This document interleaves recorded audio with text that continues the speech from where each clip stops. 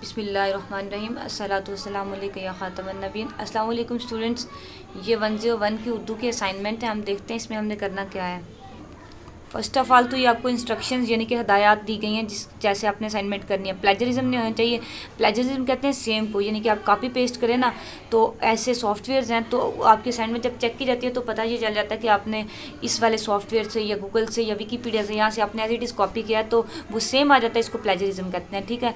ये नहीं करना आपने। दूसरी बात है आपका ये सारी बातें कि आपका असाइनमेंट 0 मार्क्स होंगे अगर प्लेजरिज्म होगा, करप्ट होगी, या ये सारी बातें। वेल, हम पॉइंट पे आते हैं कि हमें करना क्या है। ये 2 क्वेश्चन है। पहला है कि गालिब की शायरी पर तफसीली नोट लिखें, और दूसरा है कि डॉक्टर मोहम्मद इकबाल अल्लामा मोहम्मद इकबाल की नज़म आरजू किस किताब से ली गई है, इस पर मुझसे नोट लिखें।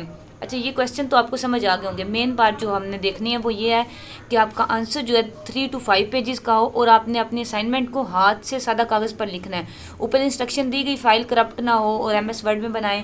ये वो एज इट इज़ सारी असाइनमेंट्स में ये इंस्ट्रक्शंस लिखते हैं ना, तो वो कॉपी पेस्ट की हुई हैं उन्होंने।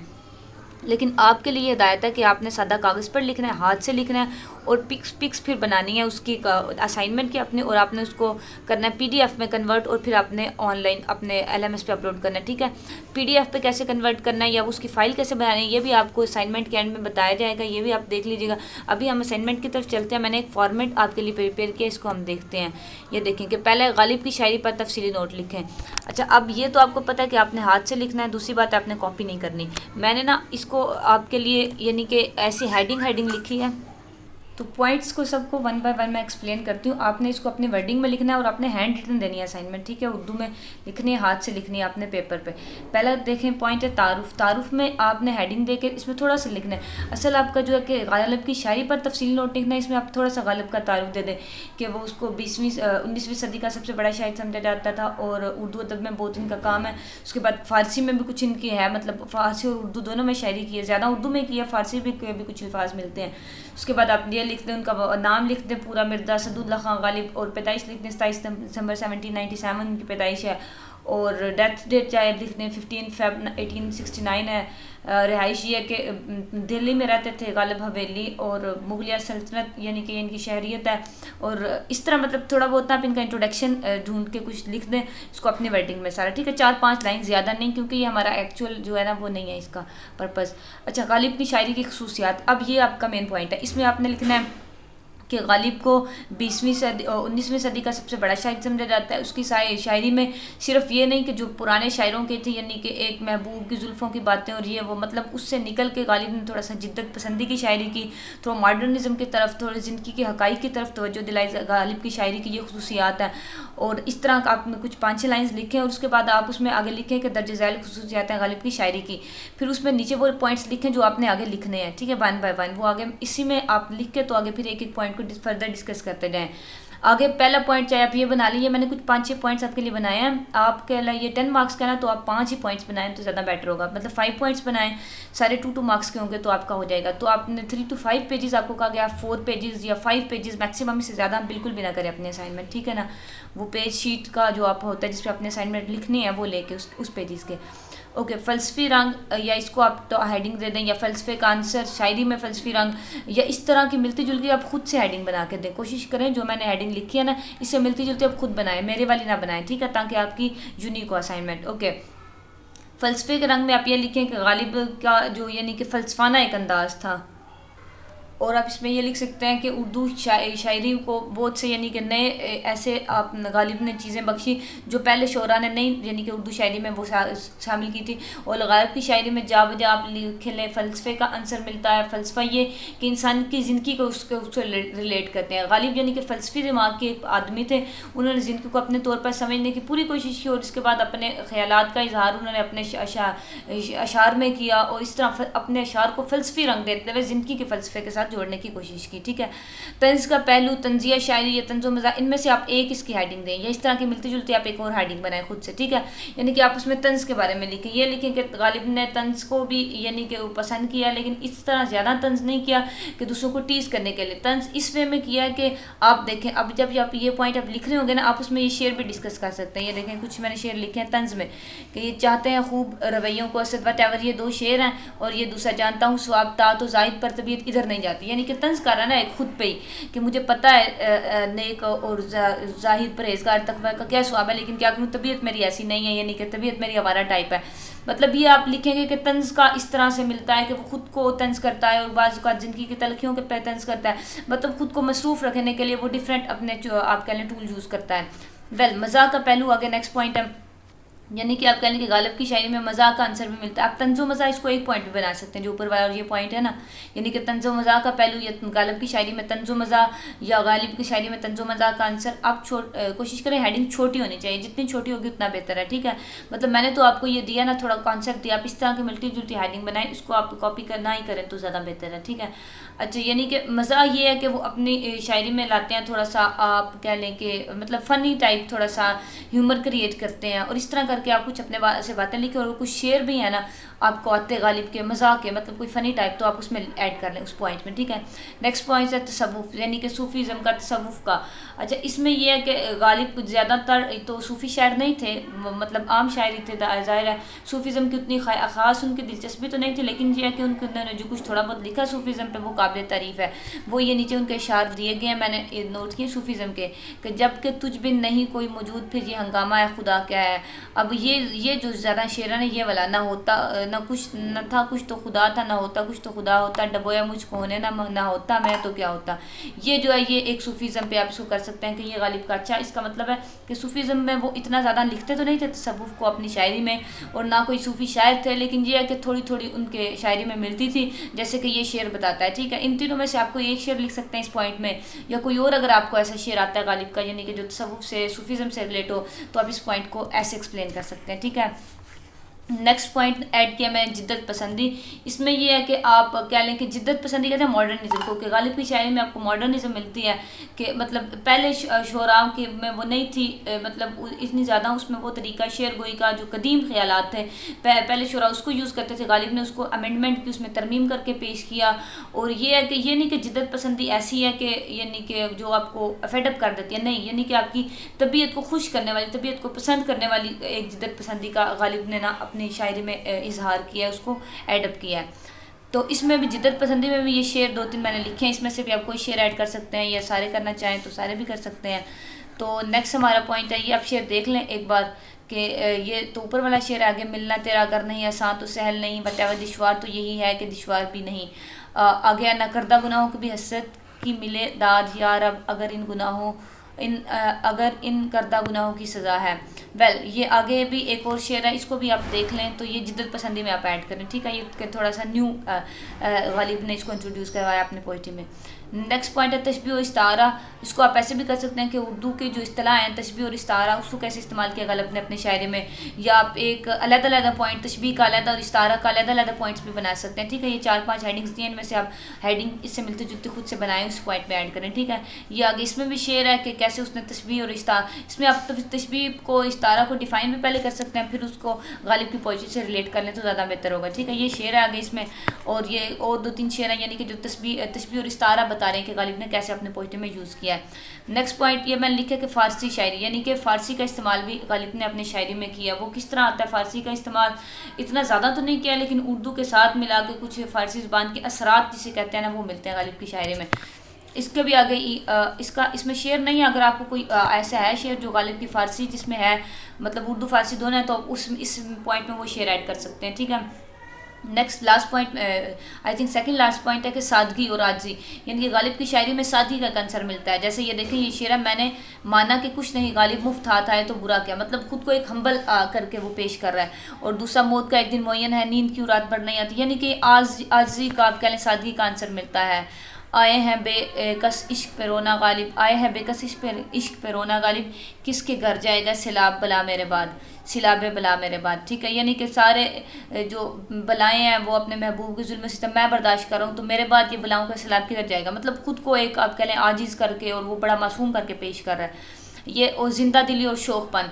अच्छा, अब गालिब की शौकी, ये शौकी यहाँ आएगा, ठीक है। इसको भी आप इससे मिलता जुलता कोई पॉइंट बना, यानी कि जिंदा दिली का ये आंसर है कि वो खुद को मतलब इस तरह ऐसे है कि गालिब की जो लाइफ है ना एक्चुअल, वो आप उसमें गालिब की थोड़ा सा तारुफ में भी लिख सकते हैं कि वो ज़्यादा मसाइल से भरी हुई है उसकी लाइफ ना, यानी कि महरूमी है ज़्यादा। ये मैंने पॉइंट ऐड भी किया है। मतलब ये है कि गालिब की छोटी उम्र में वालिद की डेथ हो गई, फिर चचा ने परवरिश की, उसके बाद 13 साल की छोटी सी उम्र में शादी हो गई, और फिर आगे से वाइफ भी जो थी वो मतलब गालिब के मिजाज की नहीं थी, मतलब इतना वो भी इतना गालिब के साथ नहीं बन सकी। तो फिर और मसाइल, उसके बाद कर्ज़ों के मसाइल, फिर गालिब थोड़ी पता नहीं ड्रिंक करते थे, शराब नोशी मतलब कर्जे, और इस तरह के काफ़ी मसाइल, मतलब ज़िंदगी की महरूमियाँ, तलखियाँ और बहुत सा ना ऐसा नशेब व फराज ज़िंदगी के देखे हैं। तो इसलिए महरूमी और तलखियों वाले और ऐसे भी शेर बहुत से ऐसा भी आंसर मिलता है गालिब की शायरी में। जैसे ये देखें महरूमियों के मैंने कुछ शेर ढूंढे हैं कि पानी से सख्त गज़ेदा डरे जिस तरह से डरता हूँ आईने से कि मर्दम गजीदा हूँ, ज़िंदगी अपनी जब इस शक्ल से गुजरी गालिब हम भी क्या याद करेंगे कि खुदा रखते थे। वटेवर कोई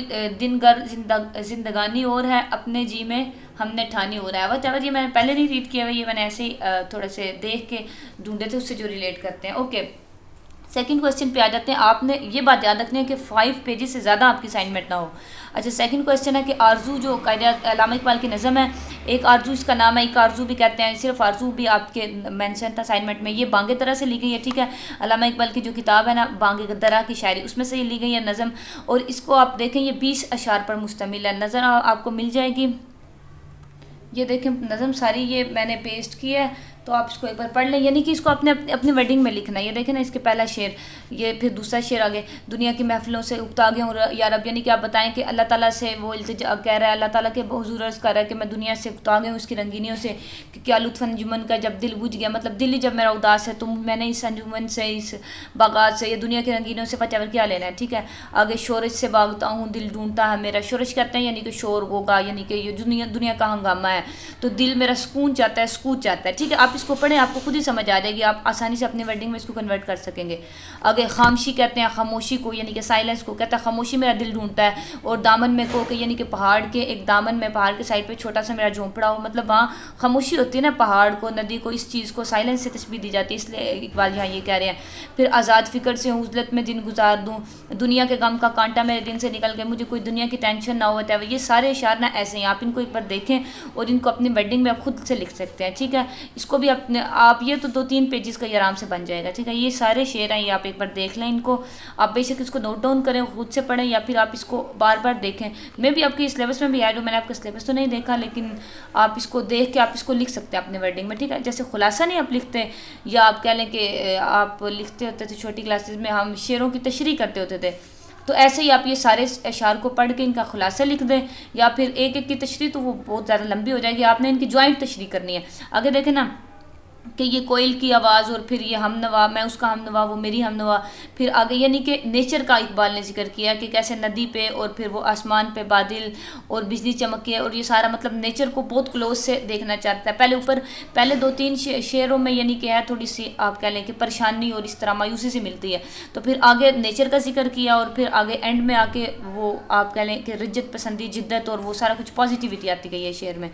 और हर दर्दमंद दिल को रोना मेरा रुला दे, बेहोश जो पड़े हैं शायद उन्हें जगा दे, ठीक है। ये तो एक डेफिनेटली बहुत ग्रेट आप कह लें कि एक शेर है, बहुत अच्छा शेर है कि जो बेदर्द दिल है, यानी कि जिनको कोई होता नहीं है कि उनकी ज़िंदगी कैसे गुजर रही है, किसी दुनियादारी में गुजर गई है, मतलब वो खुद को जो खुद ही अपनी उसको नहीं देखते, उसको यानी कि खुद को तलाश करने की कोशिश नहीं करते, ऐसे लोगों को भी रोना मेरा रुला दे तो ताकि वो जाग जाए। अच्छा, ये मैं ना इसके कुछ पॉइंट्स लिखे थे, यानी कि पहले वो अल्लाह से मुखातिब होकर कह रहा है कि मेरा दुनिया से दिल उगता है, दुनिया से बेजारी शो कर रहा है, फिर सुकूत की तलाश, फिर पहाड़ के दामन में वो कह रहा है मेरा घर हो, फिर आगे दुनिया के गमों से बेजारी, फिर आगे कुदरत का हुस्न यानी कि बुलबुल का, नदी का जिक्र किया हुआ, उसके बाद पहाड़ के दामन में फिर खामोशी, और ये सारी चीज़ें, ठीक है।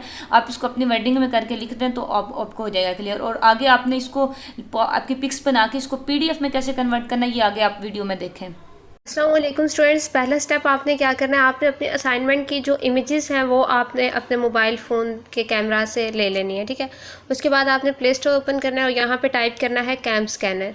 मैंने ऑलरेडी टाइप किया हुआ है तो मैंने इसको सिलेक्ट कर दिया। अब ये यहाँ पे आपके पास कैम स्कैनर आ गया, इसको आप यहाँ से इंस्टॉल करेंगे, ठीक है। मैंने ऑलरेडी इंस्टॉल किया हुआ है तो मेरे पास ये ऑप्शन आ रहा है, मैं इसको ओपन कर लेती हूँ। आप यहाँ से भी इमेजेस ले सकते हैं और पहले इमेजेस भी लेके रख सकते हैं, ठीक है। वरना कैम स्कैनर आपको खुद भी ये फैसिलिटी प्रोवाइड करता है कि जैसे ही ओपन होगा आप यहाँ पे इमेजेस ले सकते हैं, ठीक है। यहाँ पे मैंने तो इसको पहले भी ओपन किया हुआ है, इस पर काम किया हुआ है, इसलिए यहाँ पे मेरे पास नहीं आ रहा। वरना आपके पास यहाँ पे एक इंटरफेस आएगा और वो कहेगा कि इसका आपने ना जो वर्जन है पेड वो आप बाय कर लें। तो यहाँ पे नीचे नो थैंक्स लिखा हुआ आ रहा होगा, आपने उसको क्लिक करना है। उसको क्लिक करने के बाद आपके पास ये इंटरफेस आ जाएगा।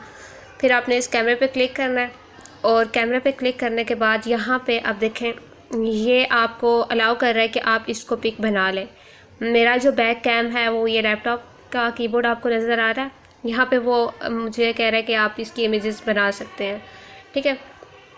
तो आप इसकी यहाँ से आपका डॉक्स ही सिलेक्ट होना चाहिए। आप इसकी इमेजेस बना सकते हैं और अगर आपने नहीं बनानी, आपने इंपोर्ट करनी है, पहले ही बना के रखी हुई है, तो आप इंपोर्ट कर सकते हैं। यहाँ पे अगर आपने मल्टीपल सेलेक्ट करने हैं तो ये जो ऊपर छोटा बॉक्स बना हुआ है आप इसको क्लिक करेंगे, ठीक है। इसको क्लिक करने के बाद यहाँ से सिलेक्शन हो जाएगी। ये मेरे पास कुछ नोट्स पड़े हुए हैं तो मैं यहाँ पे 5 पिक्स सेलेक्ट कर लेती हूँ। सिलेक्ट करने के बाद यहाँ पे इंपोर्ट का ऑप्शन है तो आपने इस पर क्लिक कर देना। यहाँ पे थोड़ी सी प्रोसेसिंग होगी, डिपेंड करता है आपकी इमेजेस पे। जितनी आपकी इमेजेस हैं उतना ही ये टाइम लेगा प्रोसेसिंग में। इसके बाद यहाँ पे इसने आपको दे दिया है how likely are you recommend CamScanner to your friend. यहाँ पे ये आपसे एक रफली सा रेटिंग मांग रहे हैं तो आप यहाँ पे कुछ भी टाइप कर दें, 9% कर दें और सबमिट करवा दें, ठीक है। और ये क्रॉस कर दें यहाँ पे मज़ीद अगर ये मांगे तो। अब यहाँ पे ये इमेज को क्लिक करना है आपने। जैसे ही आप इमेज पे क्लिक करेंगे तो ये आपकी इमेज देखें ये क्रॉप हुई हुई है, ठीक है। मुझे ऑटो क्रॉप मिल गई है, लेकिन सम टाइम ये क्रॉप नहीं होती, आपको इसे खुद क्रॉप करना पड़ता है, ठीक है। तो फिर आपने ये क्रॉप का आपके पास ऑप्शन आ रहा है, आपने यहाँ पे क्लिक करना है, नेवर ओके। और यहाँ इसके बाद ये प्रोसेसिंग आपकी इमेज की होने लग गई है। देखें असल इमेज जो थी वो ये थी, रजिस्टर्स पे बनी आपको नज़र आ रही है। असल इमेज ये थी, लेकिन वहाँ पे क्या किया, वहाँ पे उसने जस्ट एक पेज को सिलेक्ट किया। हालांकि ये देखें नीचे रजिस्टर का कलर वगैरह भी नज़र आ रहा है। ये सारी चीज़ें जो थी ये क्रॉप करते हुए क्या होगी, निगलेक्ट होगी।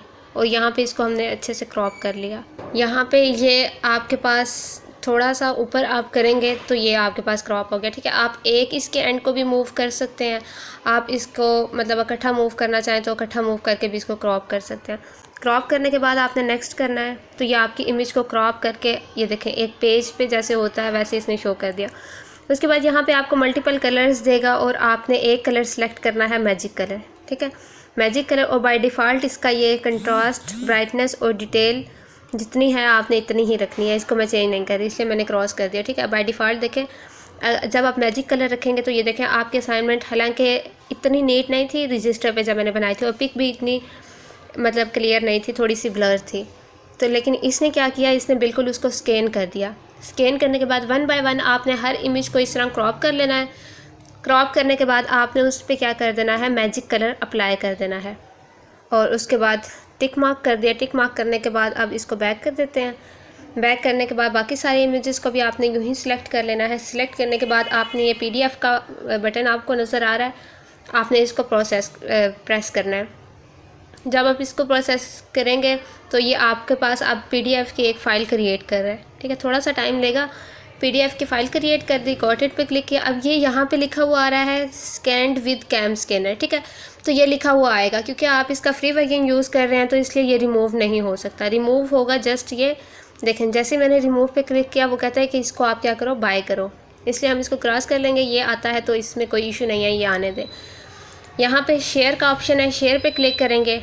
अब आप शेयर कहाँ पे करना चाहते हैं, अपने मतलब मोबाइल में सेव करना चाहते हैं या किसी व्हाट्सएप पे या ड्राइव पे रखना चाहते हैं, तो आप क्या करना चाहते हैं, अपने मोबाइल में सेव करना चाहते हैं। सेव टू लोकल पे क्लिक करके ये देखें मेरी फ़ाइल कहाँ पे सेव हो गया, स्टोरेज इमुलेटेड और दिस में।